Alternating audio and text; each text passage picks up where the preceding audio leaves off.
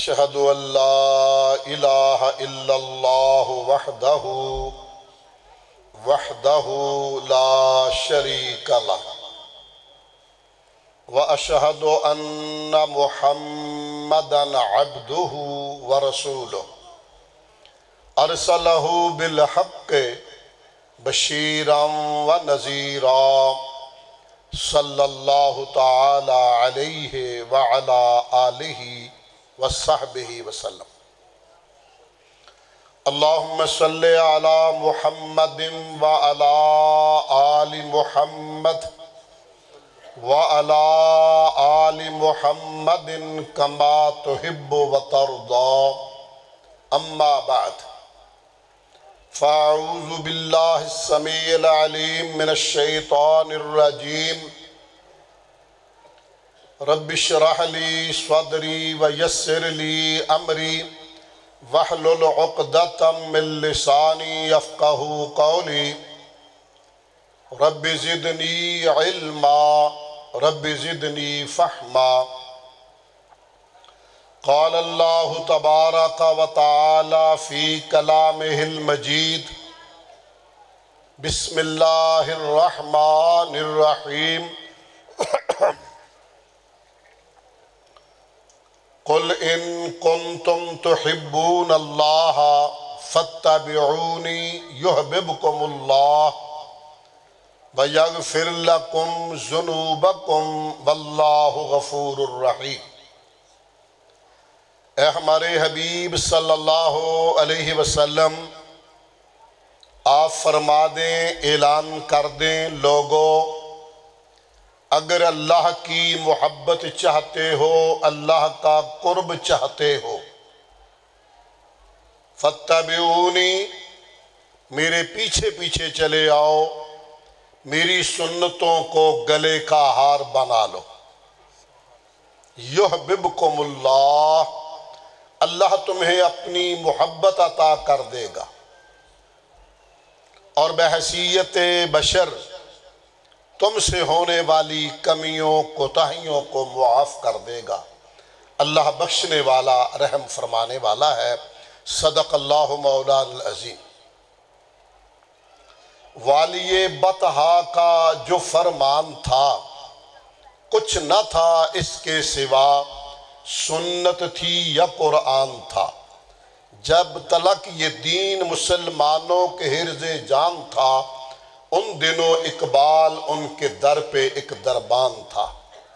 معزز علماء، بزرگوں، بھائیوں، دوستوں، عزیزوں، ہمارے قابل قدر مہمان تشریف فرما ہیں۔ میں بڑے اختصار کے ساتھ آپ کے چہروں کو پڑھتے ہوئے اہم ترین موضوع پہ آپ کی توجہ مبذول کروانے کی بھرپور کوشش کروں گا۔ یاد رکھیے، ایک مومن کی علامت، پہچان اور شناخت یہ ہے، جب اسے کہا جائے کہ بھئی اپنا مسئلہ، اپنا معاملہ اللہ کے پاس لاؤ، یعنی قرآن کی طرف لاؤ، رسول کے پاس لاؤ، یعنی حدیث کی طرف لاؤ، تو مومن کی کیا پہچان ہے؟ انما کان قول المؤمنین اذا دعوا الی اللہ ورسولہ لیحکم بینہم ان یقولوا سمعنا واطعنا۔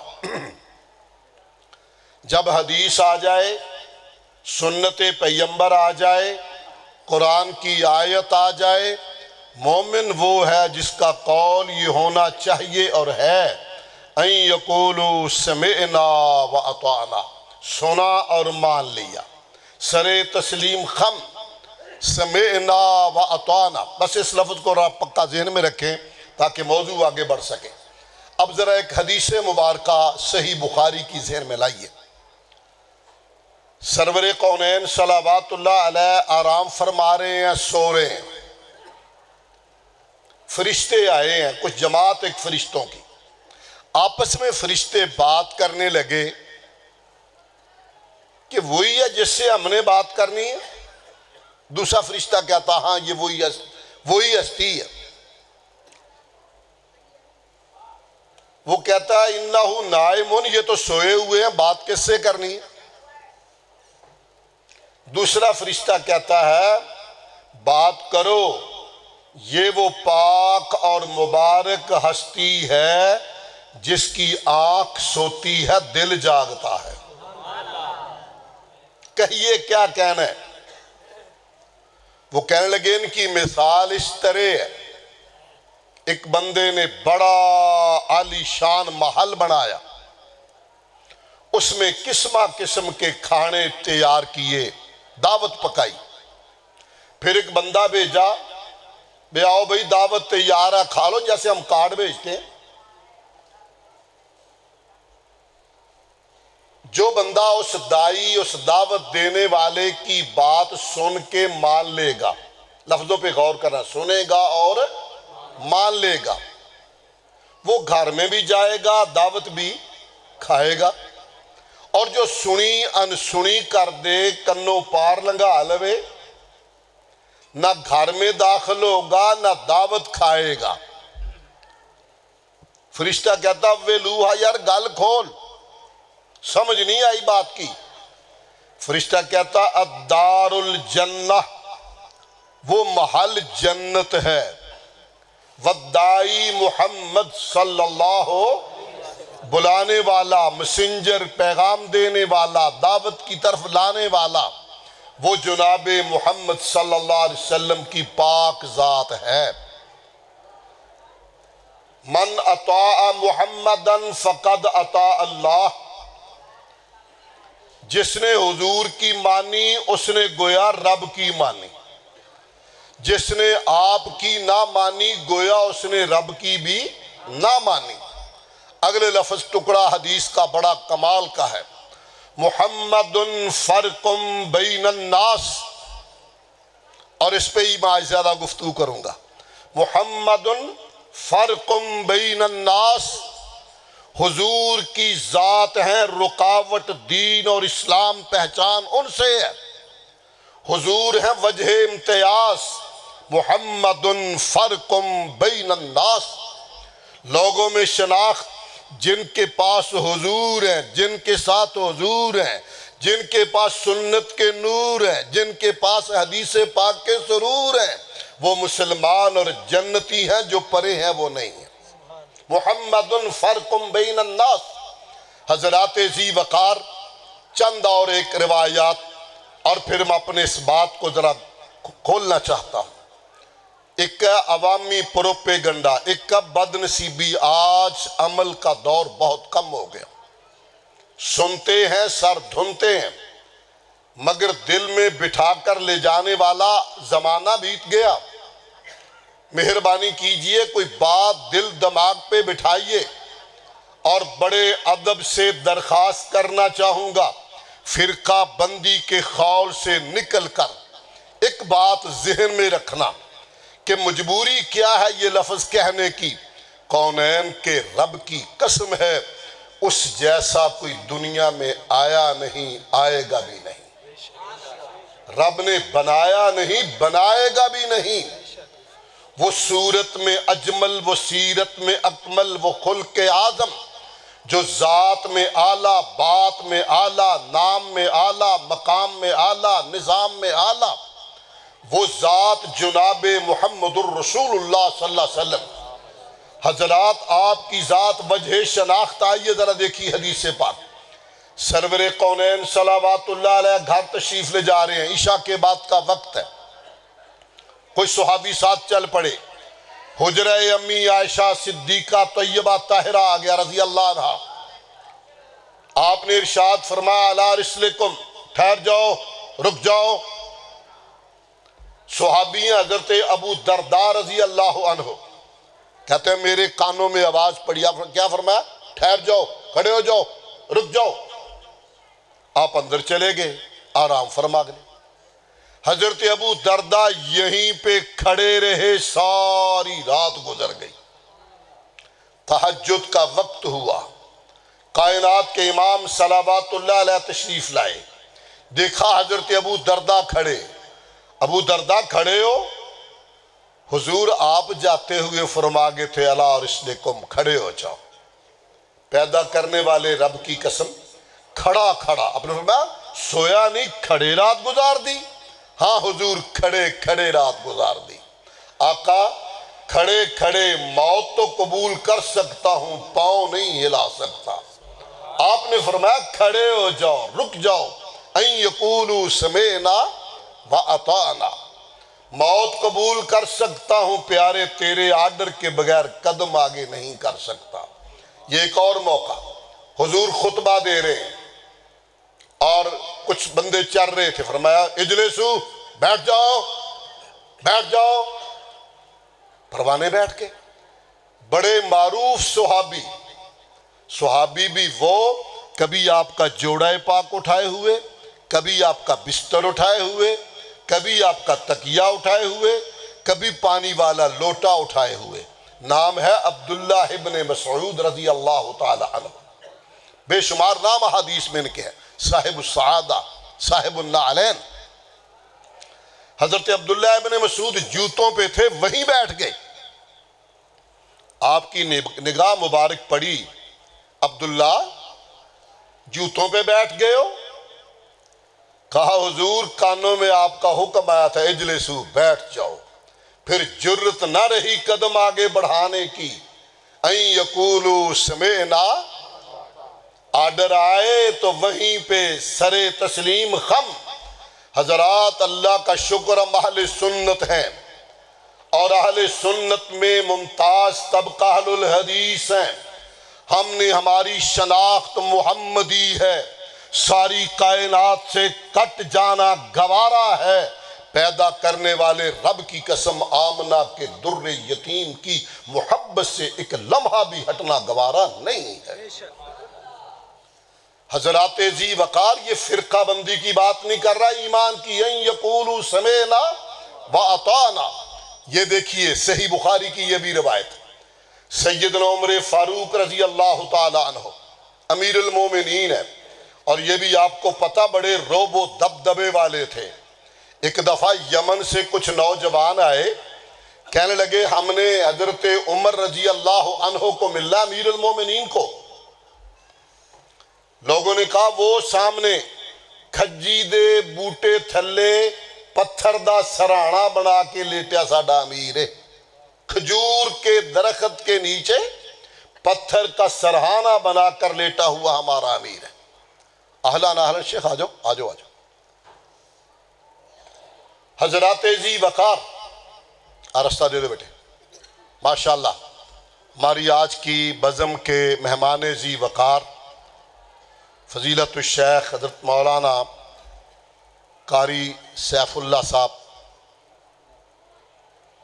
ملتانی تشریف لے آئے ہیں. اہلم و سہلم و مرحبا. توجہ، ذہن اور دل دماغ میری طرف رکھیے. انہوں نے کہا وہی ہے یار، سر نہ کھاؤ. انہوں نے کہا ہم نے اس سے نہیں ملنا، ہم نے اس عمر سے ملنا ہے جس کی فوجوں کا نام لے کر مائیں اپنے بچوں کو ڈرائیں. چپ ہو جا، عمر دیاں فوجاں آ رہی ہیں. ساڑیاں ماما ڈر دی، چپ ہو جا باگڑ بلا آ رہے ہیں. چپ ہو جاؤ، عمر کی فوجیں آ رہی ہیں. اس نے کہا وہی ہے. انہوں نے کہا یار ہم نے اس عمر سے ملنا ہے جس کا نام سن کر کیسر اور کسرا پہ لرزہ طاری ہوتا ہے. کہا وہی ہے.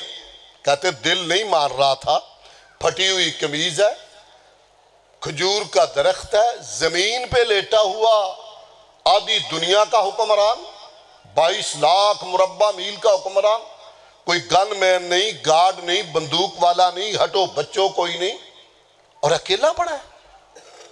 کہتے ہیں مجبوراً چلے گئے تو مکرہن، مگر جو ہی قریب ہوئے ایمان عمر کا اثر یہ ہوا کہ وجود کپ کپانے لگا. سوئے ہوئے عمر کا دبدبہ وہ تھا. وہ عمر فاروق آ جائے اللہ کے گھر بیت اللہ میں، عمرے کی نیت سے تشریف لائے ہیں، طواف کرنے لگے. صحیح بخاری میں آپ حجر اسود کے سامنے کھڑے ہو گئے اور مخاطب کر کے فرمانے لگے اما واللہ، جانتا ہوں انی اعلم عنک حجر،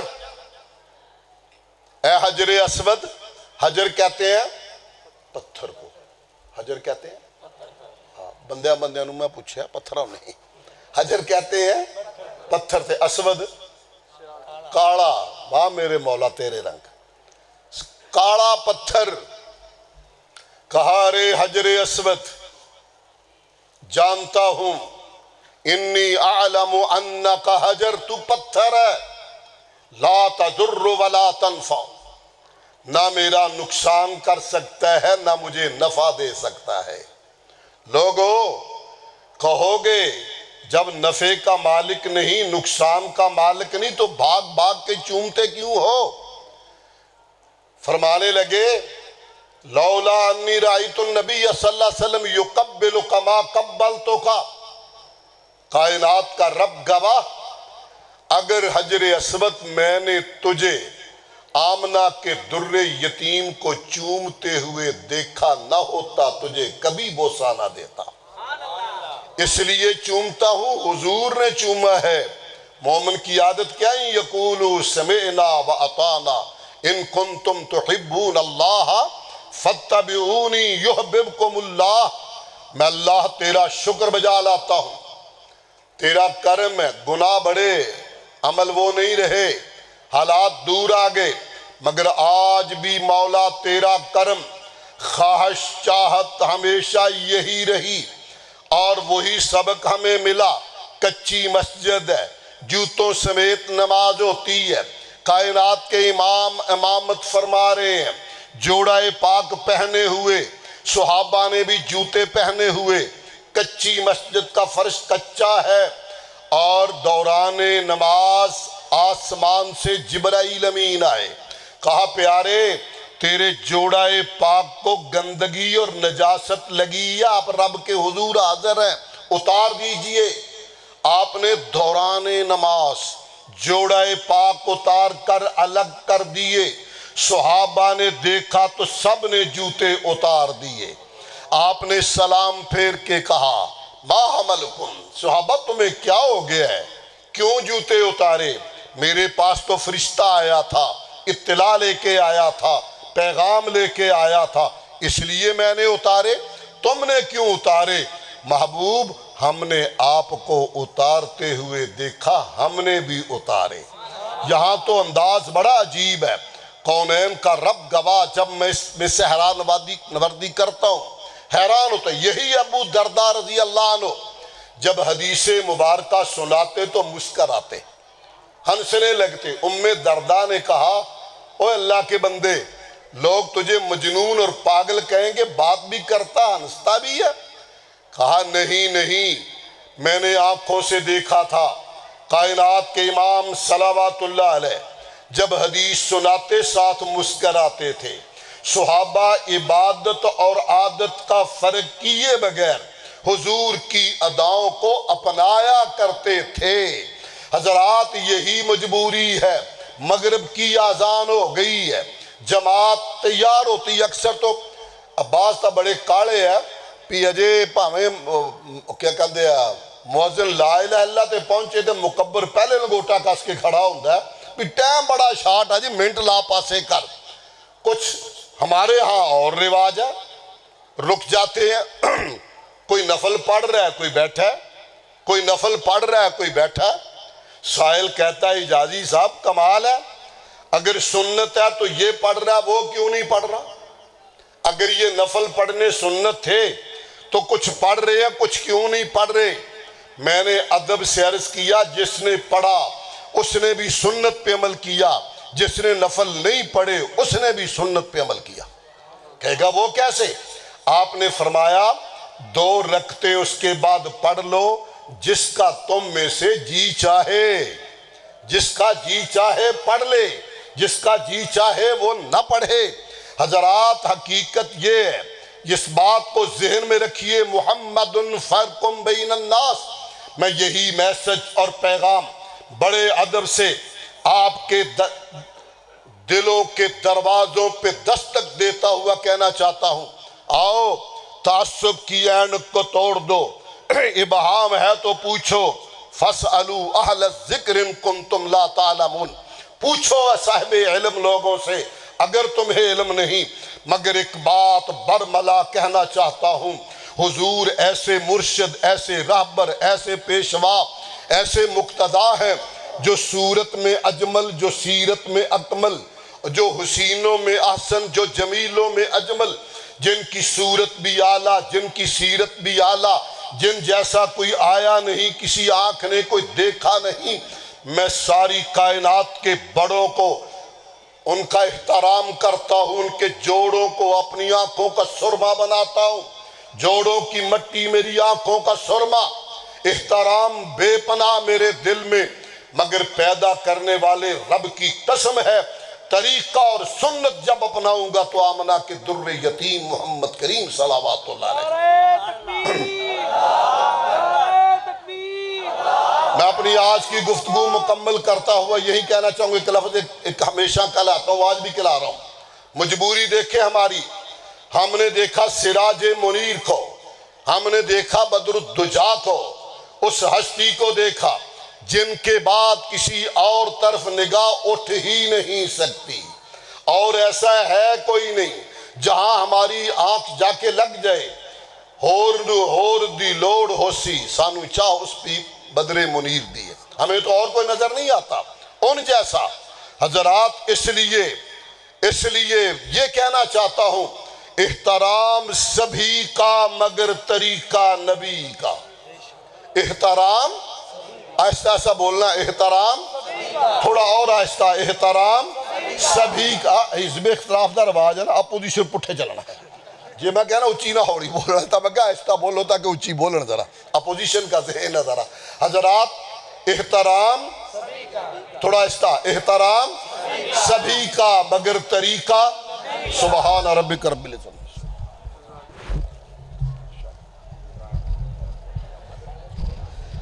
جزاکم اللہ خیرہ۔ یہ تھے مجاہد انتھک حضرت مولانا عظیم مذہبی سکالر عبد